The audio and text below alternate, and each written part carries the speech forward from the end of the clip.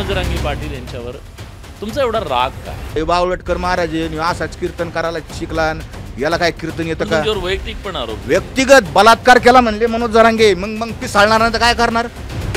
अरे काय ना, एखाद्या गोष्टीला एकदा केलं ठीक आहे, नाही केलं दोनदा. अरे उड दुपारीन घे सुपारीन वाजवतो तरी हे काय धंदा आहे? त्यांच्या प्रत्येक कृती ह्या महाविकास आघाडीच्या काँग्रेस, राष्ट्रवादी, शरद पवार साहेबांच्या असेल, उबाठा असेल किंवा काँग्रेस आय असेल, त्यांच्या फायद्याच्या येतात, त्यांच्या हिताच्या येतात. विषय असा आहे की मनोज जरांगे यांना स्वतःची व्यक्तिपूजा लागते. माझ्या लक्षात आलं की हे जे नेतृत्व आहे हे मराठा समाजाला न्याय देऊ शकत नाही. हैदराबाद गॅझेटियर लावा अशी जी मागणी आहे ते गॅझेटियरमध्येच लिहिलेलं आहे. मराठा वेगळे येतं, कुणबी वेगळे येतं. मी मूळ प्रश्न सांगतो की शरद पवार साहेबांना माहीत नव्हतं का? 2021ला प्रवीणदादा गायकवाडांनी पुण्याच्या बालगंधर्वमध्ये कार्यक्रम घेतला होता आणि तिथं त्यांचं पवार साहेबांचं स्टेटमेंट आहे, शरद पवार साहेबांचं, हे आरक्षण बाद झालं, बंद करा हे आरक्षण. जरांगे यांना मुख्यमंत्री करा, मनोज जरांगेंना राष्ट्रपती करा, राज्यपाल करा, तरी सुद्धा मराठा कुणबीचा GR काढता येत नाही. परिपक्वता कशा? समाज उभा आहे त्यांच्या पाठीशी. अहो समाज भावनिक आहे हो. समाज हिटलरच्या मागे उभा होता, नव्हता का हिटलरच्या मागे समाज उभा? परिणाम काय झाले त्याचे? जर्मनीला अख्ख्या देशाला भोगावं लागलं. मंडळी नमस्कार, मी विलास बडे. न्यूज 18 लोकमतच्या या पॉडकास्टमध्ये आपल्या सगळ्यांचं स्वागत. आजच्या या पॉडकास्टमध्ये आपल्यासोबत नवे पाहुणे आहेत. खरं तर गेल्या अनेक दिवसापासून सातत्यानं यानं त्या कारणानं वादग्रस्त राहिलेले अजय महाराज बारसकर. पण अजय महाराज बारसकर नेमके कोण आहेत? त्यांचं या मराठा आंदोलन चळवळीतलं नेमकं योगदान काय? मोडी लिपीचे अभ्यासक असं त्यांना म्हटलं जातं. मग त्यांनी मोडी लिपीमध्ये मराठा समाजासाठी नेमकं काय केलं? मनोज जरांगे पाटील यांच्यावर त्यांचा राग इतका का आहे? का ते एकमेकांवर इतकी टीका करतात? कुठं त्यांचं मन दुखावलं गेलं?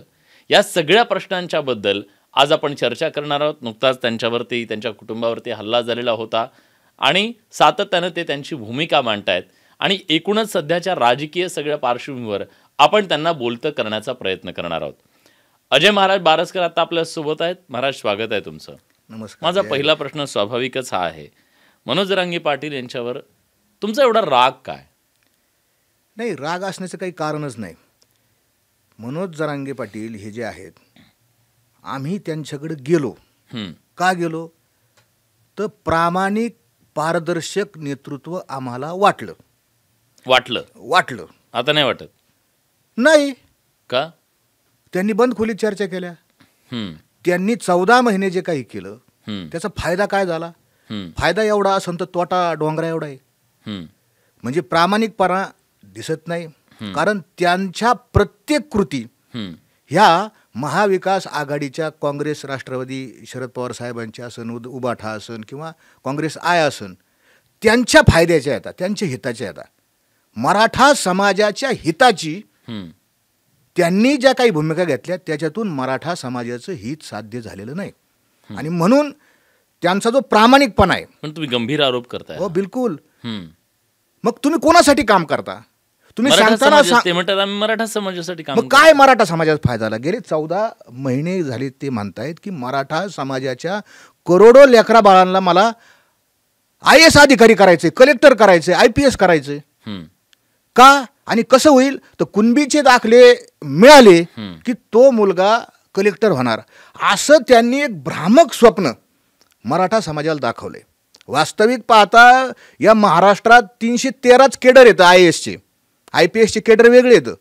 आणि मग 313 पदं आहेत. कलेक्टर हे UPSC मधून येतात. आणि मनोज जरांगे पाटील हे काय सांगतात की, एक उदाहरण सांगतो छोटंसं. त्यांनी 4 वेळेस ते उदाहरण समाजाला वेगवेगळ्या भाषणात सांगितलेले. वाशिममध्ये एक मुलगी आहे, एक आमची भगिनी आहे, विद्यार्थिनी आहे, आणि तिने परीक्षा दिली. ती मंडळाधिकारी झाली, नायब तहसीलदार झाली. आणि त्या भगिनीला, त्या विद्यार्थिनीला मी केलेल्या आंदोलनामुळं तिला हे सापडलं, काय कुणबीचा दाखला सापडला. आणि मग तिने तो कुणबीचा दाखला नेऊन दिला. आणि 21 रँकवर आलेली जी विद्यार्थिनी आहे, कुणबीच्या दाखल्यामुळे डायरेक्ट 2 रँकला आली आणि ती कलेक्टर झाली. धडधडीत खोटं. प्रामाणिकपणा हा सत्यनिष्ठतेबरोबर असतो. आणि जरांगे पाटील आमच्या भगिनीचं नाव सांगितलं नाही, कुठं वाशिमची काही वाशिममध्ये ऑलरेडीच कुणबी आहेत सगळे. हम्म. मुळात प्रॉब्लेम कुठे आहे? वाशिम तिकडे आहे, पलीकडं विदर्भात आहे. प्रॉब्लेम मराठवाड्यात आहे. पण मराठवाड्यातल्या नोंदी सापडल्या लाखो नाही. मला तुम्ही एक लक्षात घ्या, माझं काय म्हणणं आहे की तुम्ही प्रामाणिकपणा असं म्हणतात, मग तुम्ही खोटं का बोललात? कोण आहे ती विद्यार्थिनी? कोण आहे ती आमची ताई? तिचं तुम्ही नाव जाहीर करा की नाव जाहीर. एकदा नाही दोनदा नाही. आरक्षणातलंही ताकद आहे, आरक्षणातलंही ताकद आहे. आणि मग इतकं मोठं स्वप्न त्यांनी समाजाला दाखवलं. स्वप्न विकणारा माणूस या, आणि हे स्वप्न दाखवलं आणि शोध घेतला. आम्ही विचारणा केली त्यांच्याकडे वेगवेगळ्या माध्यमातून. आता मी तर काही विचारणा करू शकत नाही. वेगवेगळ्या माध्यमातून तर ती कोणची अशी विद्यार्थिनी जी 21 रँकला आली, ती 2 नंबरला आली आणि ती कलेक्टर झाली असं नाहीच. बरं, मंडळाधिकारी नायब तहसीलदार MPSCतून होतात. मग MPSCतून पास झालेली मुलगी कलेक्टर कशी होईल? आणि हे आमच्या भावनिक झालेल्या, संमोहित झालेल्या मराठा समाजाच्या लोकांना, शेतकऱ्यांना, भोळे आहेत आमची लोक, त्यांना समजत नाही. त्यांच्या अज्ञानाचा, त्यांच्या भोळेपणाचा, त्यांच्या संमोहनाचा फायदा मनोज जरांगे यांनी घेतला. आणि मी कसा प्रामाणिक आहे साहेब असं म्हणतात का हो? मी वारसकर महाराज आहे, मी लय इमानदार आहे, मी लय प्रामाणिक आहे आणि मी लय फुटत नसतो. अरे मी मी मी मी किती मी आहे? मी बघून घेईन, मी पाहून घेईन. ही भाषा प्रामाणिक माणूस करत नाही. ड्राफ्ट आहे, सगळे सोयरेचा ड्राफ्ट. तो ड्राफ्ट बनवण्यासाठी मी कायद्याचा विद्यार्थी आहे. नगरच्या न्यू लॉ कॉलेजमधला मी विद्यार्थी आहे कायद्याचा. आणि मला त्याची माहिती. मी काय असाच उठलो आणि आलोय आंदोलनात असं नाही. फक्त आम्ही कधी जाहिरात केली नाही. पण मी येतो त्याच्याकडे. तुम्ही कोण आहात मला विचारू दे. थोडा हा विषय क्लिअर करतो. तो जो सगळे सोयरेचा ड्राफ्ट आहे, तो ड्राफ्ट फायनल केलेला ड्राफ्ट व्हिडिओ रेकॉर्डिंग उपलब्ध आहे चॅनेलवर. मनोज जरांगे म्हणलेत हे महाराज आहे तिथं, मी स्टेजवर बसलेलो आहे. संभाजीनगरचे अतिरिक्त आयुक्त गव्हाणे साहेब, मी आणि सगळ्या चॅनलवर ही मुलाखत झालेली आहे. बारसकर महाराज बसलेले येतं, महाराज साक्षीला येतं आणि महाराज करू लागायला येतं. हे मनोज जरांगेंचे शब्द येतं. करू लागायला येतं आम्ही त्याच्यातली. आम्ही पडद्यामागचे येतं, आम्ही पायाचे दगड येतं. पायाची दगड दिसत नाही साहेब कोणाला. आम्हाला दिसतात लोकांना, कळसावर बसलेला जो कोण असतो ते दिसतो. ठीक आहे, आम्हाला दगडच व्हायचे पायाचे, आम्हाला मिरवायचं नाही, प्रसिद्धी करायची नाही. पण जो ड्राफ्ट आम्ही 18 तारखेला दिला होता, तो ड्राफ्ट तुम्ही घेतला ना तिथं. मग मुंबईला एवढा सगळा लवाजमा न्याला, त्याचा काय फायदा झाला? मग विषय असा आहे की मनोज जरांगे यांना स्वतःची व्यक्तिपूजा लागते. हे मला तिथं दिसलं आणि माझ्या लक्षात आलं की हे जे नेतृत्व आहे हे मराठा समाजाला न्याय देऊ शकत नाही. याला स्वतःची स्तुती लागती, स्वतःचा गौरव लागतो. मनोज जरांगे दादा तुम आगे बढो, इथपासून तर पाणी प्या, पाणी प्या, मनोज दादा पाणी प्या. नाही, तुम्ही एक लक्षात घ्या, तुम्ही एखाद्या माणसाचं कसं परीक्षण करणार हो? एक तर त्याची कृती आणि तो काय बोलतो, ह्या दोनच गोष्टी आहेत ना. माणूस कधी कधी बोलतो एक आणि करतो एक. मनोज जरांगेंच्या बाबतीमध्ये हेच आहे, ते बोलतात एक आणि त्यांची कृती वेगळी असती. लोकसभेच्या वेळेस काय म्हणले ते, 24 मार्चला निर्णायक बैठक घेतली होती अंतरावलीला. काय म्हणे ते की लोकसभेत आपलं काही गुंतलेलं नाही. त्यांची भाषा आहे, गावरान भाषा आहे, आदर करतो. आमची भाषा आहे ती, आमच्या आईकडून आलेली, काय फरक पडत नाही बोलले ते. आमचं गुंतलेलं नाही, आमचं सगळं विधानसभेत गुंतलेलं आहे. लोकसभेला लढवायची नाही, आपण विधानसभेला उमेदवार उभा करू. 4 एप्रिलला त्यांनी नाशिकला स्टेटमेंट केलंय की 92 जागा अशा आहेत की तिथं फक्त मराठेच निवडून येऊ शकतात. आम्हाला कोणत्या जातीची, मुसलमानांची आणि दलितांची गरज नाही. एकट्या मराठ्याने जरी मतदान आणलं तर 92 सीटं निवडून येते, 92 दगड निवडून येते म्हणले ते. आणि मी कोणत्याही दगडाला शेंदूर लावला ना त्याला विधानसभेत पाठवीन. 92 जागा साहेब, 92 जागा आजच्या महाराष्ट्राच्या. माघार का घेतली त्यांनी? माघार घेण्याचं कारण काय? माघार घेण्याचं रणनीती आहे त्यांची, ती रणनीती होती. काय रणनीती याच्यात? काय दिलं तुम्हाला? आंदोलनाला धक्का लागू नये. अहो आंदोलनच करायचं का आयुष्यभर? आंदोलनच 7 उपोषण केलेत. या अंतरवालीला जा माग, या शांतता बैठकीला जा माग, या घोंगडी बैठकीला जा माग. घोंगडी बैठक, गोधडी बैठक, शांतता रॅली, ही रॅली, ती रॅली. साहेब नेतृत्व परिपक्व पाहिजे. परिपक्वपणाचा म्हणजे काहीच अंश नाही या माणसामध्ये. परिपक्वता कशात? समाज उभा आहे त्यांच्या पाठीशी. अहो समाज भावनिक आहे हो. समाज हिटलरच्या मागे उभा होता, नव्हता का हिटलरच्या मागे समाज उभा? परिणाम काय झाले त्याचे? जर्मनीला अख्ख्या देशाला भोगावं लागलं. हे पहिलं महायुद्ध जे झालं, जे दुसरं जे महायुद्ध झालं हिटलरच्या काळातलं, किती भयानक परिणाम झाले, काय वाईट अवस्था झाली. त्या हिटलरचं ऐकलं, त्या नाझी कॅम्पमध्ये लोक मेले, तशी कत्तल होणार आहे. पण तुमचं म्हणणं आहे ह्याच्यातून मराठा समाजाचं नुकसान होते? बिलकुल 100% नुकसान.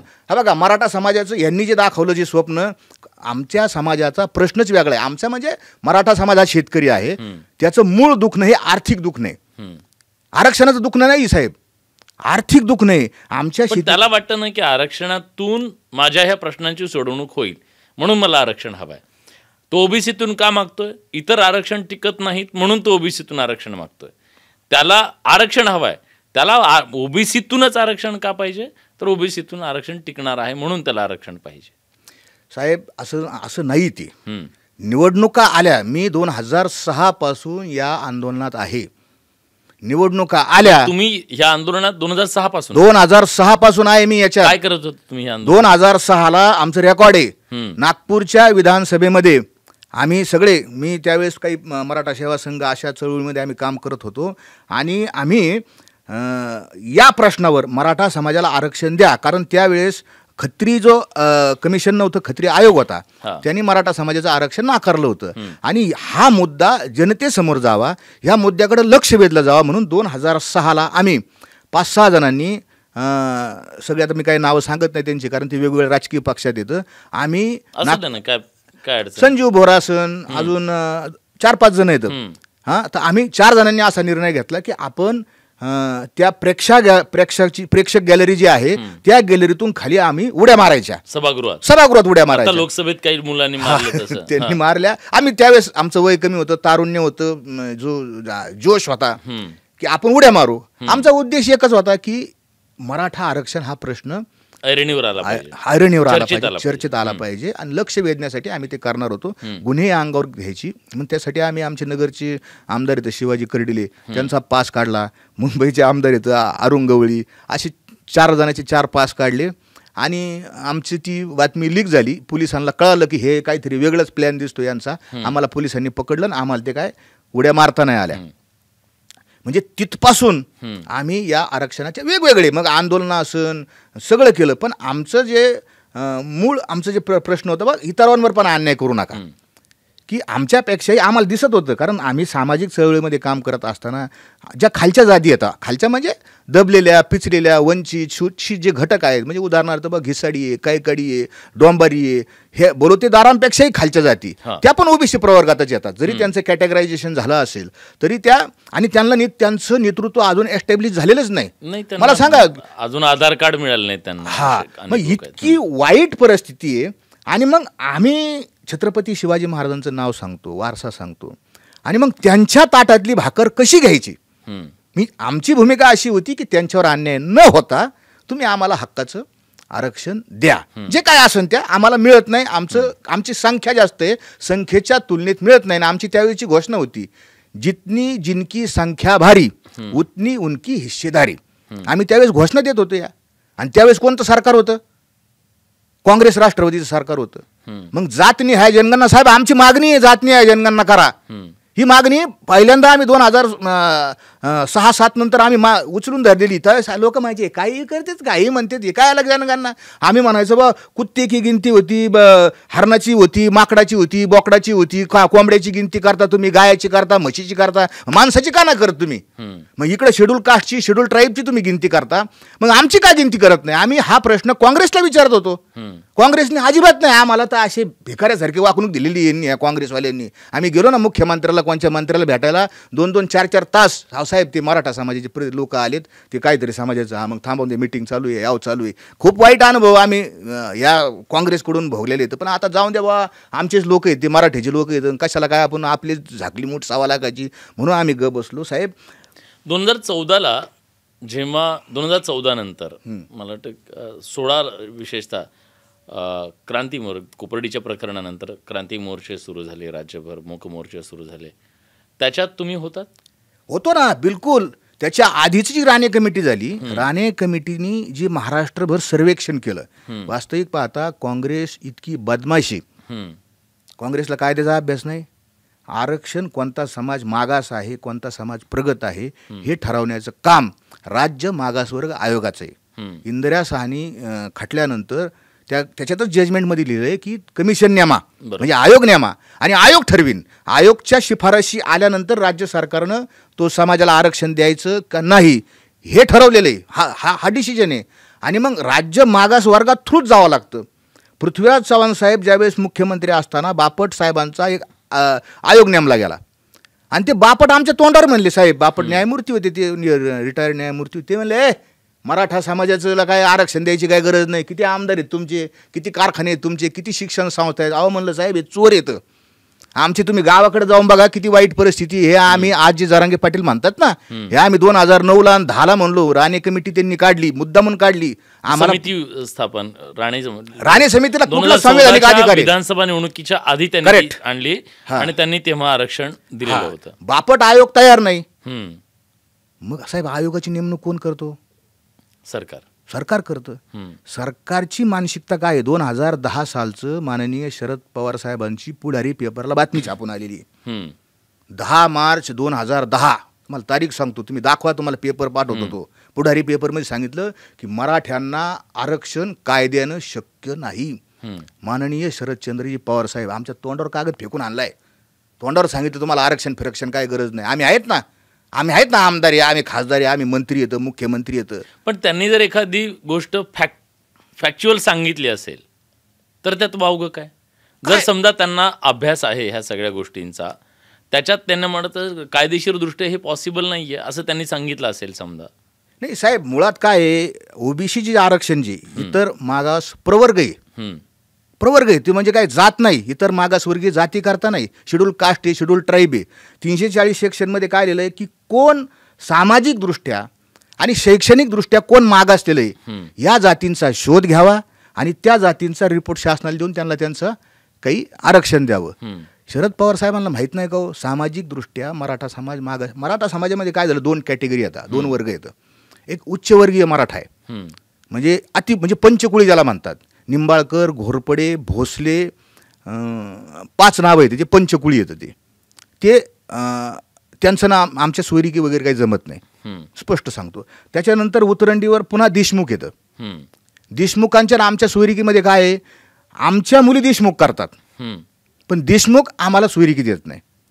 बरं. त्याच्यानंतर जो मेजरली मराठा समाज आहे महाराष्ट्रामध्ये, आमच्या सोयरिकी कुठल्याही कुठं होतात. पण त्याच्यानंतर पण खाली एक आहे ज्यांच्या आणि आमच्या सोयरिकी होत नाही, त्यांना आता दुर्दैव आहे पण ती फॅक्ट आहे, वस्तुस्थिती सांगावं लागते. बा आमच्या आणि त्यांच्या सोयरिकी होत नाही, त्यांना कडू असं म्हणतात. आणि जिल्ह्याच्या सगळ्या गॅझेटेअरमध्ये लिहिलेलं आहे, one is a sweet and दुसरी कडूच लिहिलेलं आहे इंग्रजांनी त्या गॅझेटेरमध्ये की ह्या जातीच्या सोयरिकी होत नाही. परंतु ह्या दोन्हीही जाती ह्या मराठाच आहेत, ह्या कुणबीच आहेत. तुम्हाला सांगतो साहेब, ह्या आत्ता जे मनोज जरांगे यांची जी मागणी ती हैदराबाद गॅझेटियर लावा अशी जी मागणी आहे, त्या गॅझेटियरमध्येच लिहिलेलं आहे मराठा वेगळे येतं आणि कुणबी वेगळे येतं. मी मूळ प्रश्न सांगतो की शरद पवार साहेबांना माहीत नव्हतं का की समाजामध्ये मागास आहेत, शैक्षणिकदृष्ट्या मागास आहेत आणि सामाजिकदृष्ट्या मागास आहेत. राजकारणामध्ये कायदेशीर अडचणी याच्यामध्ये ज्या आहेत त्याच्यावर त्यांनी बोट ठेवलं असेल की कायदेशीर अडचणी अनेक आहेत. साहेब, देण्याची जर तुमची मानसिकता असेल तर राज्यकर्ते काही करू शकतात. तुम्हाला बसवलंय कशाला तिथं? काल जे चुकीचं आहे ते बरोबर ठरवायचा अधिकार कायदा करून हे कोणाला आहे? तुमचं म्हणणं त्यांची राजकीय इच्छाशक्ती नव्हती, त्यांची इच्छाच नव्हती. पवार साहेबांची, मला हे मी विथ प्रूफ बोलतो, 2021ला प्रवीणदादा गायकवाडांनी पुण्याच्या बालगंधर्वमध्ये कार्यक्रम घेतला होता आणि तिथं त्यांचं पवार साहेबांचं स्टेटमेंट आहे, शरद पवार साहेबांचं, हे आरक्षण बाद झालं, बंद करा हे आरक्षण. पवार साहेबांचं स्टेटमेंट आहे, यूट्यूबला उपलब्ध आहे. हे तुम्ही जबाबदारीने येस मी तुम्हाला देऊ शकतो, तुम्ही दाखवा ते. दुसरं पवार साहेबांचं स्टेटमेंट असं आहे की राज ठाकरे साहेबांनी पवार साहेबांची पुण्यातच एक मुलाखत घेतली होती, लोकांनी ती जरूर काढून पाहावी. त्याच्यात राज ठाकरे साहेबांनी प्रश्न विचारला, पवार, फार इंटरेस्टिंग गाय दिली मुलाखतीची, सगळ्यांच्या माहिती. त्याच हाताला धरून राज ठाकरे पवार साहेबांना गेले होते. तीच आणि ओपन पब्लिक समोर मुलाखत झाली, फार सुंदर मुलाखत होती. एक म्हणजे पाहण्याच्या दृष्टिकोनातून वेगवेगळ्या याच्यावर. तर राज ठाकरे साहेबांनी पवार साहेबांना एक प्रश्न विचारला, आरक्षणाच्या बाबतीत तुमचं काय मत आहे?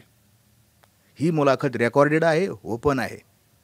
पवार साहेबांनी सरळ सांगितलं, आरक्षण बंद करा, आरक्षण जातीऐवजी आर्थिक निकषावर द्यावं. मी अतिशय जबाबदारीने सांगतो आणि ही मुलाखत आजही आपल्याही चॅनलवर उपलब्ध आहे, ती जरूर पाहावी लोकांनी. त्यांच्यानंतर मुलाखतीतच लक्षात आलं की गडबड झाली. पवारसाहेब ब्रिलियंट माणूस आहे, फार मोठा माणूस आहे, मी फार छोटा माणूस आहे. आणि त्यांचं जरी काही प्रत्येकाचं काही गुणदोष असतात, हां, पण बाकीच्या क्षेत्रात त्यांचं काम आहे. मी त्यांच्याबरोबर काम केलेलं आहे अनेक वर्ष, त्यांचाच मी मतदार राहिलेलो आहे. मी काय भाजपचा माणूस नाही. पण पवारसाहेबांच्या एक लक्षात आलं की जातीचं आरक्षण बंद करा आणि आर्थिक निकषावर आरक्षण द्या.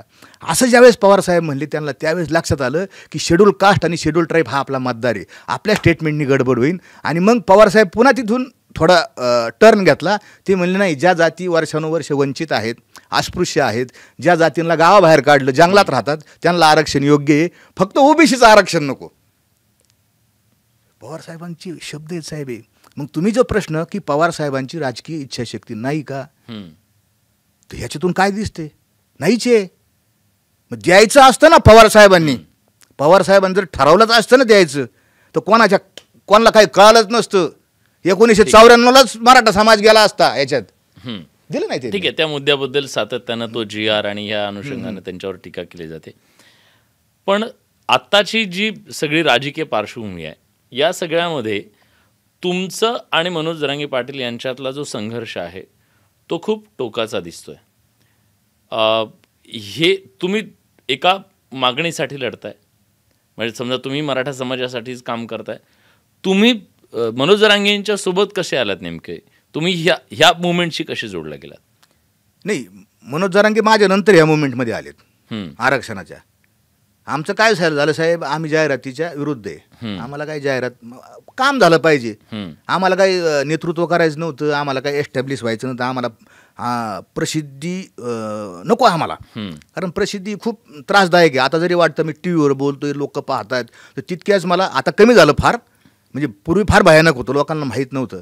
तर प्रसिद्धी ही दोन्ही दुधारी तलवार आहे. तर आम्ही बोलत नव्हतो. मनोज जरांगे माझ्या नंतर आले. त्यांची ना आमची पहिली भेट, त्यांना आठवतं नाही आठवत, ते 2017ला त्यांनी काही तरुणांना नगरमध्ये जे कोपर्डीचे जे हे होते तिथं हल्ला करायला लावला, कोयते घेऊन यायला लावले 4 पोरांना. मनोज जरांगे स्वतः आले नाही, त्या पोरांनी कोयतेने हल्ले केले तिथं आणि एका पोलिसाचा कान तुटला. त्या पोरांवर गुन्हे दाखल झाले आणि त्या मुलांना 5 वर्षाची शिक्षा झाली साहेब. ते सगळं माहिती सगळ्यांना. तर ते जे 4 जण मुलं होती, म्हणजे राजू जराड, गणेश खुने, बाबूराव वाळेकर आणि अजून कोणतरी एक खुने येतं, तर त्यांच्या घरचे हे मनोज जरांगेला खवळायचे. तू सांगितलं, तुझ्यामुळं आमचे पोरं त्यांनी केलं, 5 वर्ष ते आता जेलमध्ये गेलेत. आणि म्हणून मनोज जरांगे नगरमध्ये थांबत होते. ती केस फीस ते त्यांना वाचवण्यासाठी काय वकिलांना भेट, याच्याकडे जा त्याच्याकडे जा. तर त्यावेळेस 1 महिनाभर नगरमध्ये होती. तर त्यावेळेस त्यांची ना आमची, पण आमचं त्यावेळेस लक्ष दिलं बाबा काय या माणसाने कशाला मूर्खपणा करायचा. कोर्टात जाऊन जज आणि पोलिसाच्या समोर कॅमेऱ्यासमोर मारहाण करायची. मग तुम्हाला न्यायालयावर विश्वास नाही का? ही ती पूर्वी म्हणजे पहिली भेट आमची. आणि त्याच्यानंतर ज्या वेळेस लाठीचार्ज झाला, लाठीचार्ज झाल्यानंतर आम्ही पाहिलं, आम्ही नगरला मी स्वतः रस्ता रोको केला, आम्ही आंदोलनं केली, त्याचे फोटो व्हिडिओ भाषणं सगळे उपलब्ध आहेत माझ्याकडं. आणि मग मला सगळ्यांनीच विनंती केली, नाही महाराज आपण गेलं पाहिजे. आणि मग आम्ही तिथं गेलो आणि गेल्यानंतर मग तिथं चर्चा झाली. आता तिथं प्रक्रिया काय सुरू झाली बा, सरकारची काय भूमिका दिसली की ज्यांच्या नोंदी सापडतात सरकारची प्रामाणिक भूमिका वाटली. जे खरं आहे ते खरं, खऱ्याला खरं म्हणलं पाहिजे, खोट्याला खोटं म्हणलं पाहिजे. यालाच वारकरी म्हणा, यालाच पुरोगामी म्हणा, याला माणूस म्हणा. सरकारची भावना आम्हाला दिसली की ज्या ज्या नोंदी आहेत, ज्या काँग्रेसच्या आणि राष्ट्रवादीच्या पूर्वीच्या सरकारनी ज्या दाबून ठेवल्यात, नोंदी कुणी दाबल्या? या सरकारने दाबल्यात. बरं, यांची इच्छाशक्ती नाही, ह्या सरकारची इच्छाशक्ती, शिंदे साहेबांची इच्छाशक्ती दिसली. ते म्हणले स्वतः, आणि तिने रेकॉर्ड ओपन करून दिले. साहेब मी मोडीचा अभ्यासक आहे, तुम्ही सुरुवातीला माझा उल्लेख केला, मी मोडी शिकलेलो आहे. मोडी कुठे शिकलात? मी मोडी 2 ठिकाणी शिकलो. म्हणजे गावातही शिकलो. आमची एक सावंत बाबा नावाची होती, त्यांनी मला सगळी बाराखडी शिकवली. मला तिचं इंटरेस्ट होता, कारण मी इतिहासाचाही विद्यार्थी आहे. इतिहासाचे कागदपत्र वाचणे, सगळा अभ्यास करणे. नंतरची मोडी मी आमच्या नगरचेच ऐतिहासिक वस्तू संग्रहालयाचे डॉक्टर संतोष यादव यांचं मोडी संतोष नावाचं एक सॉफ्टवेअर आहे, ॲप आहे, त्यांच्याकडे एक पुस्तक आहे, त्याच्यावर मी शिकलो. त्यांच्या हाताखाली जाऊन कागदपत्र वाचली. आणि नंतर मी अधिकृतरित्या पुणे विद्यापीठामध्ये मोडीचा कोर्स केला. मला वाटतं कुंभोजकर मॅडम आणि तो अनेक त्यांनी ऑनलाईन केला, कोरोनाच्या काळात कोर्स केला आणि माझी मुडी पक्की झाली. पण ती मी ऐतिहासिक कागदपत्र वाचणे. तुम्ही मराठा नोंदी काढण्यासाठी त्याचा ह्या मुडीचा आता सरकारची अशी अवस्था झाली लाठीचार्ज नंतर, सरकार एकदम गलित गात्र झालं मराठा समाजासमोर. सरकार म्हणले रेकॉर्ड ओपन करा, काय लागन ते सापडा. तर मग मुडी वाचणारी नाही ना कोणी.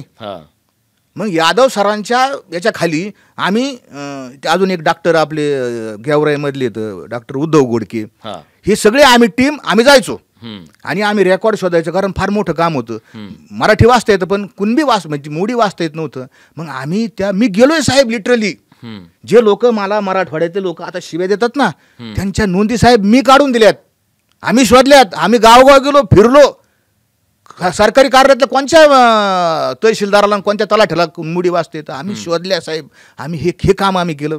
नंतरच्या काळात काय हे जरांगे पाटलांच्या डोक्यात कुठून आलं काय नाही, ते खुळ सगळे सोयरे महिनाभर तर डोकं आऊट झालं ते सगळे सोयरेने. मग ते म्हणले असा ड्राफ्ट करा, तसा ड्राफ्ट करा सगळे सोयऱ्याचा. आणि मग ड्राफ्ट बनवण्याची जी कमिटी होती, म्हणजे अधिकृत नव्हती ती, पण इकडून त्या कमिटीच्या बाजूनी म्हणजे आंदोलकांच्या बाजूनी मी आणि अजून 2 जण हे सरकारशी आम्ही डायलॉग करत होतो. सरकारशी म्हणजे भांगेसाहेब, त्या विधी आणि न्याय खात्याच्या एक मुख्य सचिव आहेत माझ्या कोणतरी हे आहेत ते मुख्य कडूसाहेब तर होतेच, पण हे जे 4 जण आहेत सेक्रेटरी, कारण तो ड्राफ्ट करायचं ते प्रशासकीय काम आहे. आणि मग तो ड्राफ्ट करण्याच्या कमिटी कडूसाहेब तर होतेच. म्हणजे नंदनवनला एक मिटिंग झाली आणि अजून 2 ठिकाणी मिटिंग झाली, 4-4, 5-5 तासाच्या मिटिंग दिल्या. लिटरली सांगतो ते साहेब 10 वाजता चालली होती. ते म्हणले नाही हे फायनल करा म्हणले, हे यांचा सगळे सोयरेचा ड्राफ्ट फायनल करा. तर आम्ही तिथे चर्चा करायचो, बाई सगळे सोयरेचा ड्राफ्ट सरकारने दिला पण हा ठिकन का. खूप चर्चा झाली. त्या सगळे सोयरेच्या ड्राफ्टमध्ये मी होतो. तो ड्राफ्ट आम्ही कडूसाहेबांनी आम्ही त्यांना तिथं 18 तारखेला नेऊन दिला. तिने ड्राफ्ट असा घेतला साहेब, हे चॅनेलवर उपलब्ध आहे. जो ड्राफ्ट आम्ही दिला तो वाचलाय त्यांनी, अख्खा ड्राफ्ट वाचला आणि तो असा घेतला आणि असा बाजूला ठेवला आणि काय म्हणले माहिती का, ह्या 2 कोटी लोकांना लगेच सर्टिफिकेट द्या 2 दिवसाच्या आत. कसं शक्य हो. जात पडताळणीचा कायदा 2001चा आणि जात पडताळणीचा जो अधिनियम आहे 2012चा, त्याच्यामध्ये काय तरतूद आहे, ज्या कुणाला जातीचा दाखला लागतोय त्या व्यक्तीची जबाबदारी आहे की मी अमक्या जातीचं आहे हे सिद्ध करून देणं जबाबदारी त्या व्यक्तीची. आणि जरांगे पाटील म्हणतात 2 कोटी लोकांना 2च दिवसात सर्टिफिकेट द्या. हे कायद्याच्या बाहेर जाऊन बोलणं झालं साहेब. तुम्ही तर त्यांना मदत करत होतात, मग असं अचानक नेमकं काय झालं की तुम्ही आज एकमेकांच्या विरोधात उभे राहिला. आता आमचा जो डायलॉग चालू होता 1.5-2 महिने, म्हणजे तुम्ही त्यांच्या वतीनं जात होतात.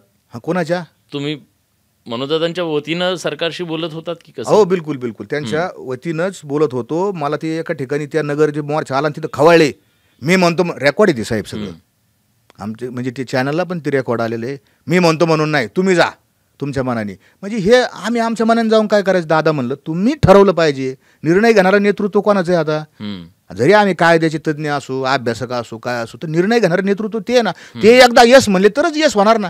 आमच्यासारखेचं काय. आणि आम्ही तो डायलॉग करत होतो.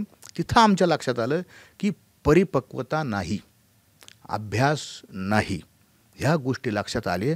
आणि मग यांना कुणाला तरी फायदा करून द्यायचा आहे. एक दुसरं स्वतःचं महत्त्व इतकं वाढवून घ्यायचं आहे की मी म्हणजे छत्रपती शिवाजी महाराजांनंतर प्रति शिवाजी बना. तुम्ही चांगली गोष्ट आहे, शिवाजी महाराज बनायलाच पाहिजे. जुनी एक म्हण आहे, शिवाजी महाराज जन्मावे पण आपल्या घरात नाही, दुसऱ्याच्या घरात. मनोज जरांगेंनी बिलकुल शिवाजी महाराज पण त्यांच्यासारखं वागलं पाहिजे ना. नुसतंच नाव कसं घ्यायचं शिवाजी महाराजांचं आणि शिवाजी महाराजांसारखं 1% वागायचं नाही. एवढा मोठा हार, 1 लाखाचा एक हार साहेब. राज्य मागासवर्ग आयोगाकडे आम्ही सांगतो की आमच्या घरात संडास नाहीत, आमच्या घरात किचन नाही स्वतंत्र, आमच्याकडे 4 व्हीलर, आमच्याकडे लोक देतात ना ते कुठं. अहो मी साहेब एक लक्षात घेतो साहेब, तुम्ही माझ्या बाजूने बोलता का त्यांची, मला तर तुमची शंका येते. नाही मी तुमच्या बाजूचं नाही, तुमचे मी फॅक्ट आहे ते. तुम्ही पत्रकार साहेब काय करता माहिती का, तुम्ही मनोज जरांगेंना प्रश्नच विचारित नाही. तुम्ही आमच्यासारखे बोलणारे आले का आमचा घाम काढता, तुम्ही असं करता. तुम्ही अहो फॅक्ट आहे ना, राज्य मागासवर्ग आयोगाचं तुम्ही ते ॲपनी ह्या सरकारनी आणि मनोज जरांगेंची मागणी त्यांनी ज्या 17 तारखेला लिहून दिलं नाही का कागदावर, माझ्याकडे तो कागद माझ्याकडेच त्यांनी लिहून दिला सुंदर अक्षरी मनोज जरांगेंचं. तर त्याच्यावर लिहिलंय तात्काळ सर्वे पूर्ण करा. त्या सर्वेत काय लिहिलंय? खोटं बोलायला लावलं साहेब आमच्या लोकांनी. तर जे आहे ते सांगतो बा, आमच्या घरात शौचालय नाही, आमच्या घरात किचन नाही, आमच्याकडे सायकल नाही. लोक हसायचे. इतकं हे जर तुम्हाला मागास व्हायचं असेल तर तुम्ही तिकडे हे लक्षणं पाहिजे. 32 त्याचे क्रायटेरिया आहेत. हां, तर 32 क्रायटेरियामध्ये जर समाज बसला तर तो गरीब. आणि तुम्ही जर 1 लाखाचा हार घालत असताना तुमच्या जर याच्यामध्ये 150-200 गाड्या, त्याच्यामध्ये ऑडी, फॉर्च्युनर, इनोवा, मर्सडीज ह्या गाड्या जर तुमच्या ताफ्यात असतील आणि तुम्ही आरक्षण मागायला चालले असताना, म्हणजे तुम्ही काय सांगायचं? आम्ही गरीब येतं, आम्ही मागास येतं. आणि गाडीतून कोणच्या जायचं? ऑडीतून, मर्सडीजमधून. हा काय धंदा झाला? अहो याचे पुरावे विरोधात समाज. तुम्ही सुरुवातीला काय म्हणालात की ह्या समाजामध्ये आमदार आहेत, मंत्री आहेत, सगळे आहेत, हे आहेत, ते आहेत, पण एक वर्ग जो आहे तो गरीब सुद्धा आहे, हे तुम्हीच म्हणालात ना. मग त्या गरिबांसाठी ते मागायला चालले. येस, गरिबासाठी मागायला चालले, बरोबर आहे. पण गरिबासाठी मनोज जरांगेंची अद्याप पावे ते काही कृती झालेली नाही. जे लोक त्यांच्या बरोबर आहेत ना साहेब, अहो गरीबच त्यांच्यासोबत उभा आहे आता. प्रस्तावित फक्त मग मी असं म्हणून जातात. मग मी असं म्हणून बघ, गरिबांकडे वाडे कस काय आली, फॉर्च्युनर कस काय आली? गरीब आहे ना, मी तुम्हाला आधी सांगितलं गरीब आहे.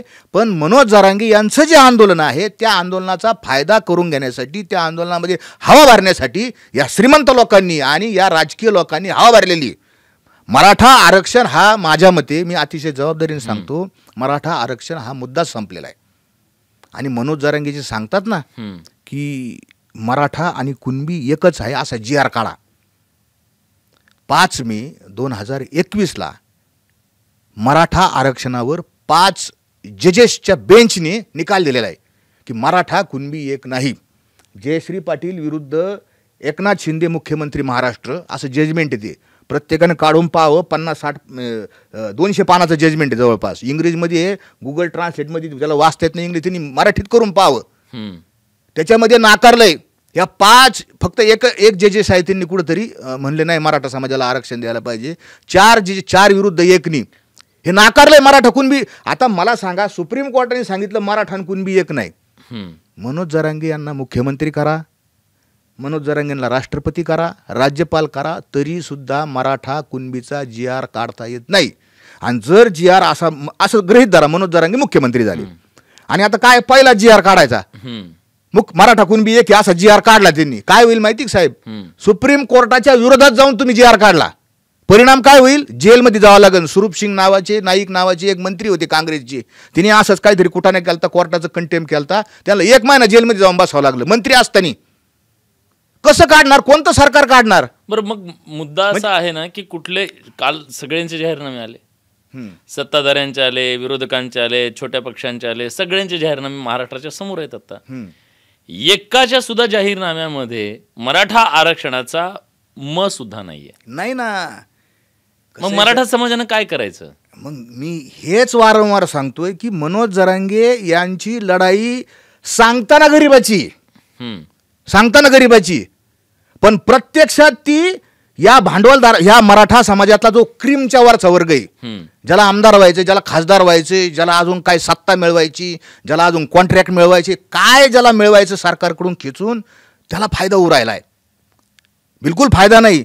आता तुम्ही बरेच लोक मला म्हणतात, ट्रोलिंग करताना म्हणतात मनोज जरांगेमुळे 1,00,000 काही 68,000 मराठवाड्यात सर्टिफिकेट मिळाले सर्टिफिकेट.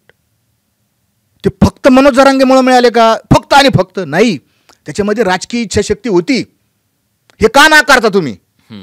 का तुम्ही त्या सरकारला, जे माणसं म्हणतात की मराठ्यांना कायदेशीर आरक्षण शक्य नाही, त्यांना निवडून आणा? एक सरकारच्या बाजूने बोलताय. हे पहा, भारतीय जनता पक्षाशी मी अनेक आंदोलनं केली आहेत. म्हणजे आम्ही जी शेतकरी संघटनेच्या वतीने यात्रा काढली होती, CM to PM घर, म्हणजे मुख्यमंत्री फडणवीस असताना आम्ही गुजरातमध्ये वडनगरमध्ये जाऊन मोदींच्या गावात जाऊन आंदोलन केलेलं माणूस आहे मी. आम्हाला गुजरात पोलिसांनी 2 दिवस मला अटक केलेली, म्हणजे मला नाही, माझ्याबरोबर सगळ्यांना केलेली. रघुनाथ दादा पाटील असतील, बच्चू कडू असतील, आम्ही 2 दिवस आत होतो तिथं. आम्ही कोणीच गेलो नाही आत्तापर्यंत वडनगरला, आम्ही गेलेलो तिथं. आम्ही कसं काय सरकारच्या, पण मी सांगतो दोष बघा, जिथं भाजपची चुकी आहे तिथं चुकीचे, आणि जिथं भाजपनी आरक्षण देण्याचा प्रयत्न केला ते कसं नाकारता? 2017ला मी जी पिटिशन केली, 4255/2017 अजय साहेबराव बारसकर विरुद्ध महाराष्ट्र सरकार सगळ्यांनी नेटवर जाऊन काढून पाहावी. काय ती पिटिशन अशी केली की राणे कमिटीने जे आरक्षण दिलं होतं ते स्टेड केलं होतं. सुरुवातीचं आरक्षण मुस्लिम लोकांना आणि मराठ्यांना आरक्षण दिलं, ते आरक्षण स्टेड केलं होतं. का तर राणे कमिटीला अधिकारच नाही, हे आम्हाला आधीच माहिती होतं की हे होणार आहे स्टेड. आणि मग मी इंटरव्हेक्शन पिटिशन केली की सरकारचा काय संबंध आहे, कोणती जात प्रगत आहे, सॉरी हायकोर्टाचा काय संबंध आहे, कोणती जात मागास आहे कोणती जात प्रगती हे ठरवण्याचा हे कोणाचा अधिकार आहे, हे मागासवर्ग आयोगाचा अधिकार आहे. मी विनंती केली की राज्य सरकारनं आणि हायकोर्टानं हा सगळा जो डाटा गोळा केलेला आहे तो डाटा व्हेरीफाय करण्याकरता राज्य मागासवर्ग आयोगाकडे पाठवून द्या. राज्य मागासवर्ग आयोग डिसिजन घेईल की मराठा समाज हा मागाशी का प्रगती. आणि मग त्या मी केलेल्या पिटिशन नंतर न्यायमूर्ती संभाजीराव म्हशे साहेबांची त्यांना राज्य मागासवर्ग आयोगाचं अध्यक्ष केलं म्हशे साहेबांना. आणि म्हशे साहेब आम्ही अनेक दिवस काम केलं. दुर्दैवानं म्हशे साहेबांच्या डायलिसिस सुरू, त्यांच्या किडन्या फेल झाल्या, म्हशे साहेब वारले. नंतर न्यायमूर्ती गायकवाड साहेब आले. गायकवाड साहेबांनी तो सगळा अहवाल तो राज्य सरकारकडे दिला. तो अहवाल माझ्याकडे आहे तिथं आत्ता. त्या अहवालामध्ये 127 पान नंबरवर 6.13 म्हणजे 6.13 नंबरचा जो पॅरा आहे, 1.5 पान माझ्यावर लिहिलेलं आहे. अजय साहेबराव बारसकर यांनी केलेल्या पिटिशनमुळं हा आयोग अस्तित्वात आला, मी केलेल्या पिटिशनमुळं. आणि पहिल्यांदा एका आयोगाने ठरवलं, खत्रीनी नाकारलं, सराफ आयोगाने नाकारलं, खत्री आयोग नव्हता खत्री कमिशन होतं, सराफ आयोगाने नाकारलं, बापट साहेबांनी नाकारलं, आरक्षण नाकारलं त्यांनी. पहिल्यांदा देवेंद्र फडणवीस यांच्या काळात मराठा समाज हा मागास आहे, मराठा समाज हा सामाजिक आणि शैक्षणिक दृष्ट्या मागासलेला आहे, हे सिद्ध झालं विथ पेपर. अगदी त्याच्यात आम्ही जगद्गुरू तुकोबारायांचे अभंग आम्ही जोडले, बरे झाले देवा कुणबी केलो, तुका कुणबी याचा नेणे शास्त्रमत. हे सगळं इथपासून तर शिवाजी महाराजांची पत्र, अहो साहेब प्रत्येक गावातले पुरावे आम्ही जोडलेत. त्या 22,000 पानाचा अहवाल आहे आणि 3 त्या याच्यामध्ये तो दिलेला आहे. शासनामध्ये किती प्रतिनिधित्व आहे तुम्हाला सांगतो. 2018 साली त्याच आयोगात लिहिलेले की IAS कॅटेगरी केडरमधून मराठा समाजाचा, IPS मधून मराठा समाजाचा एकच UPSC मधून आलेला अधिकारी, एक मराठा समाजाचा विशेष आहे. आणि जेवढे काही अधिकारी दिसतात तुम्हाला कलेक्टर आणि तुम्हाला हे दिसतात IAS IPS, हे MPSC मधून प्रमोट झालेले आहेत. म्हणजे आम्हाला मराठा समाजाला UPSCतून आमची माणसं येत नाहीत, हे आम्ही सिद्ध केलं, प्रूव्ह केलं. आणि देवेंद्र फडणवीस यांनी, त्यांची इच्छाशक्ती होती. मला आता लगेच लोक म्हणतील बघा यांनी सुपारी घेतली बोलायची. अहो ह्याच देवेंद्र फडणवीसांवर मी नगरच्या कोतवाली पोलीस स्टेशनमध्ये आम्ही शेतकऱ्यांच्या आत्महत्येला जबाबदार मुख्यमंत्री आहेत असं देवेंद्र फडणवीस 2013ला म्हणले होते. ते स्टेटमेंट काढून त्यांच्यावर फिर्याद केली, आम्ही केलेली आहे फिर्याद साहेब. जिथं चूक आहे, जिथं देवेंद्र फडणवीस यांचं धोरण चुकलं तिथं चुकलं. आणि जिथं देवेंद्र फडणवीस यांनी मराठा समाजाला न्याय दिला ते म्हणलंच पाहिजे ना. कुणी आणली सारथी संस्था? फडणवीस साहेबांनी आणली. सदानंद मोरे साहेब पाटील तर रोज देवेंद्र फडणवीसांना टार्गेट करतायत. तुम्हाला काय वाटतं? हे फोन आज तुम्ही शिव्या दिलेल्या दिसत नाही जरांगे पाटील, आज शिव्या द्या फडणवीसांना. अहो दुश्मनकार कशाला दुश्मन केले तुम्ही? किती दुश्मन केले? मराठा समाज आता आयसोलेट होण्याचा धोका झालेला आहे बऱ्यापैकी. जो मराठा समाज गावगाड्यामध्ये सगळ्या ओबीसींच्या बरोबर, बलुतेदारांच्या बरोबर वागत होता, वारकरी होतो आम्ही कधीच कोणाची जातपात विचारली नाही, निदान गावगाड्यात तरी. विशीच्या आतमध्ये नाही विचारली जातपात साहेब. खरंय. ब्राह्मण जरी असतील, आज जरी मी ब्राह्मणेतर चळवळीमध्ये काम केलं असेल तर आमच्या लोकांना ब्राह्मणाला विचारल्याशिवाय, आमच्याच घरातल्या लोकांना ते काही करीत नाहीत. म्हणजे त्यांचं आमचं कुठंतरी धार्मिकता याच्यावर आहेच ना. किती जरी काही केलं, किती तुम्ही पुरोगामी वाचलं तरी ती नाळ एक जुळलेली आहे. आणि तुम्ही त्या ब्राह्मणांनाही शिव्या द्यायच्या, बामणी कावा म्हणायचा. एकीकडं ओबीसी मधल्या माळी, वंजारी, धनगरांना गोड बोलल्यासारखं वाटतं, पण धनगर तुमच्या बाजूने नाहीये. धनगर दुखावलेला तो वेगळ्या कारणाने. तुम्हाला हे काय, आणि एका बाजूला धनगरांना आरक्षण द्यायला पाहिजे असं म्हणायचं, आणि दुसऱ्या बाजूला ST म्हणजे आदिवासी लोक नाराज झाले ना सगळे. अहो गावगाड्यामध्ये जे शेतीमध्ये काम करणारे जे लोक आहेत ते सगळे आदिवासी आहेत ना. भिल्ल समाज असन, अनेक काही समाज असन, आणि तुम्ही काय म्हणता धनगर समाजाला द्या. धनगर समाज त्यांनी तर मुस्लिम, दलित आणि मराठा अशा प्रकारचं समीकरण करण्याचा प्रयत्न केला. ते साहेब दाखवायची दात हम्म. वेगळे आहेत, ते वेगळे येतं. मला सांगा, मुस्लिम समाज, त्यांनी ते नोमानी साहेब तिथं आले होते, हम्म. समीकरण दाखवलं. हे तिथं गेले आधी, नोमानी साहेब नाही आले. हे संभाजीनगरमध्ये जाऊन एका लॉजवर त्यांनी नोमानी साहेबाची भेट घेतली आणि नंतर त्यांना अंतरावलीला बोलावलं. नंतर राजरत्न आंबेडकर आणि आनंदराज आंबेडकर साहेब येतं, ते असे तिघजण बसले. एका बाजूनी नोमानी साहेब, एका बाजूनी आंबेडकर साहेब, आणि मध्ये ते बसले. आणि मध्ये बसल्यानंतर त्यांनी प्रेस घेतली. आमचं समीकरण जुळलं. 25 मतदारसंघ जाहीर केले, 11 पेंटिंग आहेत म्हणले, आणि हे 14 मतदारसंघ जाहीर केले. हे बसलेले आहेत ना इथं दोघंजणं, आंबेडकर साहेब आणि नोमानी साहेब. त्यांनी सुद्धा त्यांचे मतदारसंघ सांगितले. पाटील हे आमचे एवढे एवढे येतं, हे येतं, ते येतं. आणि मग 11 वाजता रडले ते. काय रडायचं कारण? शरद पवार साहेब मतदारसंघ जाहीर करतात, रडतात. देवेंद्र फडणवीस किंवा भाजप जाहीर करतं, रडतं. उद्धव ठाकरे रडतात यादी जाहीर करताना. कोण रडतं? काँग्रेस रडतं. अरे लढणारा समाज आहे मराठा समाज. लढायला जाताना एक उत्साह आहे, आमच्या अंगात आनंद आहे, आणि आमचा नेता ढसाढस रडतोय. काय कारण आहे रडायचं? रडले आणि मग सगळ्यांना काढून दिलं. जा म्हणायची, तू जा घरी, जा घरी जा. लोक जात नव्हते घरी. मग पुण्यामधले शरद पवार साहेबांच्या जवळचे एक पुरोगामी विचारवंत, उद्धव ठाकरे साहेबांच्या जवळचे एक पुरोगामी विचारवंत, हे 4 तास घेऊन बसले एका खोलीत मनोज जरांगेंना. आशिम सरोदे, हा वकील साहेब येतं. आणि 4 तास बसले आणि त्यांनी जे कन्व्हिन्सिंग केलं त्यांना, की नाही तुम्ही जर असं केलं मतविभागणी होईल आणि तुम्ही लढू नका, भाजपचा फायदा होईल. चूक काय त्याच्यामध्ये? बरोबर आहे ना. मग त्यांनी त्यांची बाजू त्यांच्या संग मांडली. बरोबर आहे. मग माझा असा प्रश्न आहे आशिम सरोदे साहेबांना आणि त्या मनोज जरांगेंना, किती उमेदवार सांगितले होते? 25 उमेदवार सांगितले होते, 14 जाहीर केले, आणि यांचा फक्त एकच होता. कुणाचा? की इम्तियाज जलील यांना नांदेडच्या लोकसभेला पाठिंबा द्या. एकच उमेदवार होता नोमानी साहेब. तुम्हाला आतली गोष्ट सांगतो, त्यांनी यादी बिदी दिली नव्हती. फक्त आमचा एक खासदार तुम्ही निवडून आणा.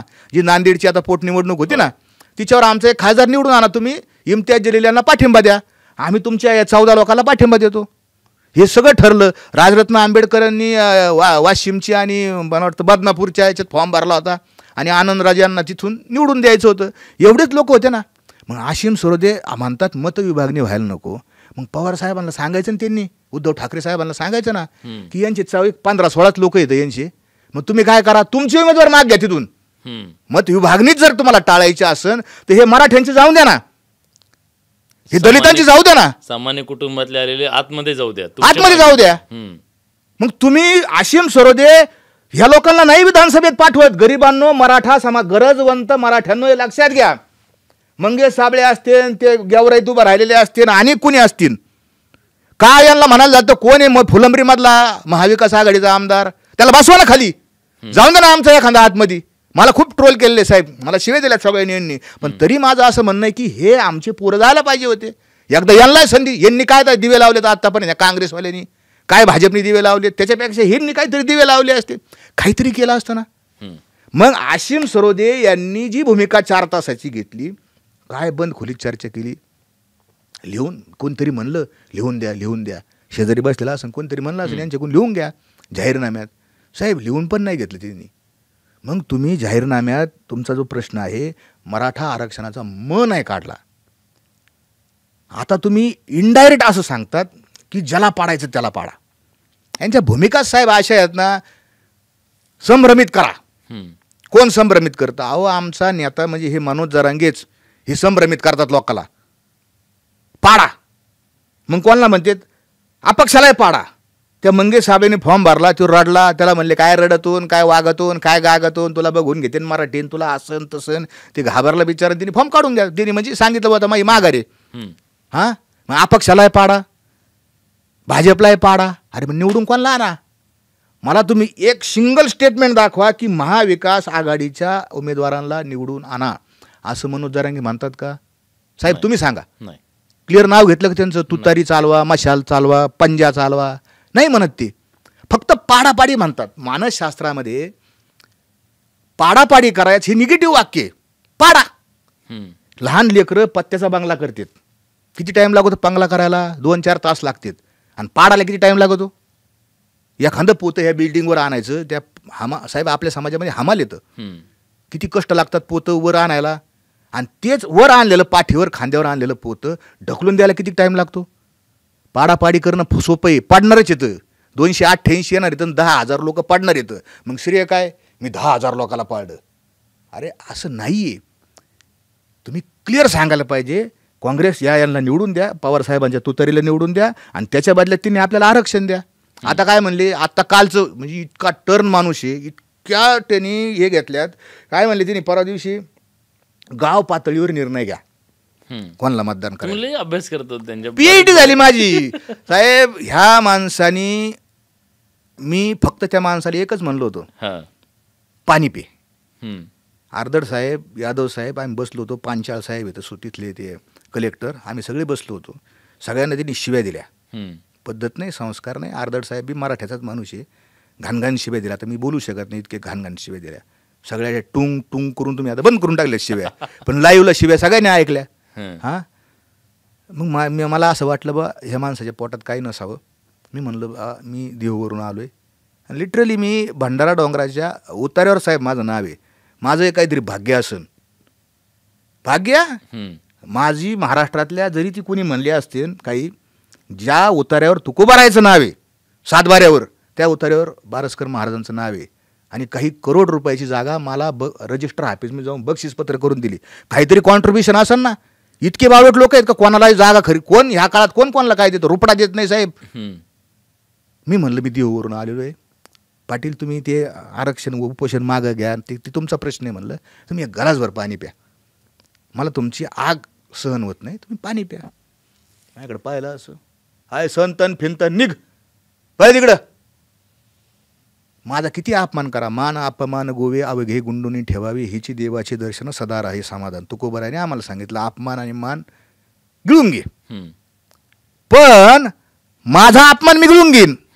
तुकोबारायचा अपमान, हे जे प्रेम बाबासाहेबांची म्हणजे महामानव बाबासाहेब आंबेडकरांची लेकरं अनुयायी करतात ना बाबासाहेबांवर, तेच प्रेम मी जगद्गुरू तुकोबारावर करणारा माणूस आहे.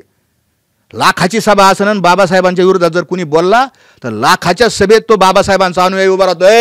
बाबासाहेबांवर बोलू नको, मी बी तुकोबारायचा अनुयायी. तुकाराम महाराजांवर बोलू नको. माझा किती अपमान सहन केला असं साहेब मी, पण तुकाराम आणि दुसऱ्या दिवशी मनोज जरांगीनी कान धरून माफी मागितलेली आहे. असे खाली लांबके कान आहेत त्यांची, खाली ओढून म्हणली चुकलं माफ करा. मी बारसकर महाराज माफी नाही मागत, मी तुकाराम महाराज मागवतो. म्हणलं बा झालं, ठीक आहे ना, मग मान्य आहे ना मला. संपला पाहिजे का? दुसऱ्या दिवशी मला म्हणला बावळटकर महाराज असाच कीर्तन करायला शिकला, याला काय कीर्तन येतं का? वैयक्तिक पण आरोप, व्यक्तिगत बलात्कार केला म्हणले मनोज जरांगे. मग पिसाळणार नाही तर काय करणार? अरे आम्ही कीर्तनकार येतं, आमचा सगळ्यात मोठा दागिना आमचं चारित्र्य आहे. आणि तशी काही केस होती का? अरे काय केस आहे साहेब, एक केस नाही. शेतकऱ्याचे केस माझ्या अंगावर येतात, आरक्षणाची केस आमच्या अंगावर आहे, दुधाची केस आहे अंगावर. तुम्ही जाऊन रेकॉर्ड आहे ना साहेब, एक केस तरी दाखव. मी केस केली त्यांच्यावर. कुठून मी मनोज जरांगेवर केस केली नगरच्या कोर्टामध्ये खाजगी फिर्याद दाखल केलेली आहे की ह्या माणसानी माझ्यावर विनाकारण म्हणजे माझी बदनामी केली. व्यक्तिगत गेला म्हणून व्यक्तिगत झाले. बरं मी काय म्हणलं त्यांना, जाऊन ते झालं गेलं सोडून दे बा, तुम्ही व्यवस्थित लाईनला राहा, मला काय त्याच्यात नाही.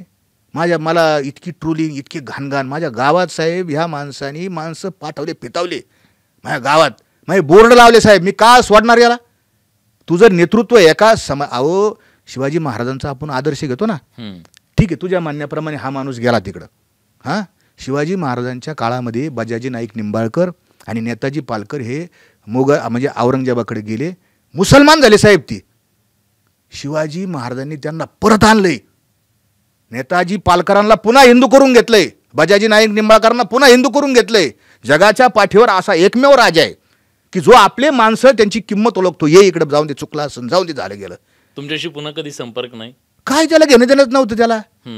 तो इतका अहंकाराने असा वर गेलाय ना साहेब, त्याला वाटतं कधी प्रयत्न केला? मी कशाला प्रयत्न करू? त्याचे माणसं इतके माझ्या घरी साहेब, मला मुंबईत मारायचा प्रयत्न, माझ्या घरी दोनदा मारायचा प्रयत्न, माझी गाडी पेटवली, माझ्या घरात आत्ता टी व्हीवर आहे माझ्या आईवर असा हात उचलण्याचा प्रयत्न. ही संस्कृती, ही शांतता बैठक. त्या दिवशी मी जो एकेरी उल्लेख केला ना, ती माझी आतली भावना होती. मी सुसंस्कृत आहे साहेब, मला काय करायचं? तुम्ही जर माझ्या घरात जर माणसं पाठवित असतान, मी का ग बसणार? मी बी मराठाचे ना, मी बी माझ्यातही बी मराठ्याचंच रक्त आहे साहेब. तुम्ही मला का बोलवलं इथं? मी इतकी आग लागलेली असताना प्रकाश सोळुंके एकच म्हणले होते की मनोज जरांगेंची ग्रामपंचायतला निवडून यायची लायकी नाही. तर प्रकाश सोळुंके आमदार येतं, त्यांचं घर जाळले बीडमध्ये. मी तर काय काय काय काय बोललो होतो. का बोललो साहेब? धाडस आहे माझ्या अंगात, आणि त्याच्याही पेक्षा माझ्याकडं सत्य आहे, माझ्याकडं खरं आहे. आणि आज लोक मला म्हणतात, महाराज तुम्ही सांगत होते बदसडायावर पेलेला आहे, गाडी खड्ड्यात जाणार आहे, आता ती दिसते. तुम्हाला सांगतो ती हे 20 तारखेपर्यंतच आहे. 20 तारखेच्या नंतर मनोज जरांगे काय करणार? उपोषणाला बसणार. 1 लाख लोकांना सोबत घेऊन उपोषण करणार, अशा प्रकारचं काल स्टेटमेंट आलंय. पूर्वी हे मनोज जरांगे एकटेच उपोषण करायचे, एकटेच. मनोज जरांगे एकटे उपोषण करायचे. त्यांची ताकद होती, मीडिया सगळा तिथं जात होता, लोक तिथं जात होते, होते होते होते मान्य करतो मी. मग आता त्यांची ताकद संपली का? आता बी एकट्यानेच उपोषण करावं साहेब. महामानव डॉक्टर बाबासाहेब आंबेडकरांनी त्यांच्या आयुष्यात एकदाही उपोषण केलेलं नाही. महात्मा गांधींनी केलं, एकदाच केलं उपोषण. मर्यादा आहे ना एखाद्या गोष्टीला, एकदा केलं ठीक आहे, नाही केलं दोनदा. अरे उड दुपारीन घे सुपारीन वाजवतो तरी, हे काय धंदा आहे? हे लक्षात येत नाही का साहेब? लोकांच्या लक्षात येतंय. मी पहिल्यापासून सांगतोय की मनोज जरांगे यांना कोणीतरी मॅनिप्युलेट करतंय, कोणीतरी सांगतंय, आणि मनोज जरांगे त्यांच्या तालावर नाचतायत आणि त्यांना ते फायदा करून देत आहेत. मराठा समाजाला फायदा झालेला नाही. ठीक आहे. तर गेल्या अनेक दिवसापासून अनेक प्रश्न होते, आणि या सगळ्या प्रश्नांच्या बद्दल त्यांनी त्यांची जी भूमिका आहे ती मांडलेली आहे. विशेषतः गेल्या काही दिवसामध्ये त्यांच्यावर झालेले सगळे हल्ले, त्यानंतरचा त्यांचा राग, संताप, या सगळ्या मराठा आंदोलन चळवळीच्या बद्दलची त्यांची भूमिका, त्याच्यातलं योगदान आणि याची दशा आणि दिशा, या सगळ्याबद्दल महाराज तुम्ही सविस्तरपणे बोललात, त्याबद्दल तुमचे मनापासून आभार. पुन्हा भेटू नव्या पाहुण्यांसह या पॉडकास्टमध्ये. तुर्तास धन्यवाद.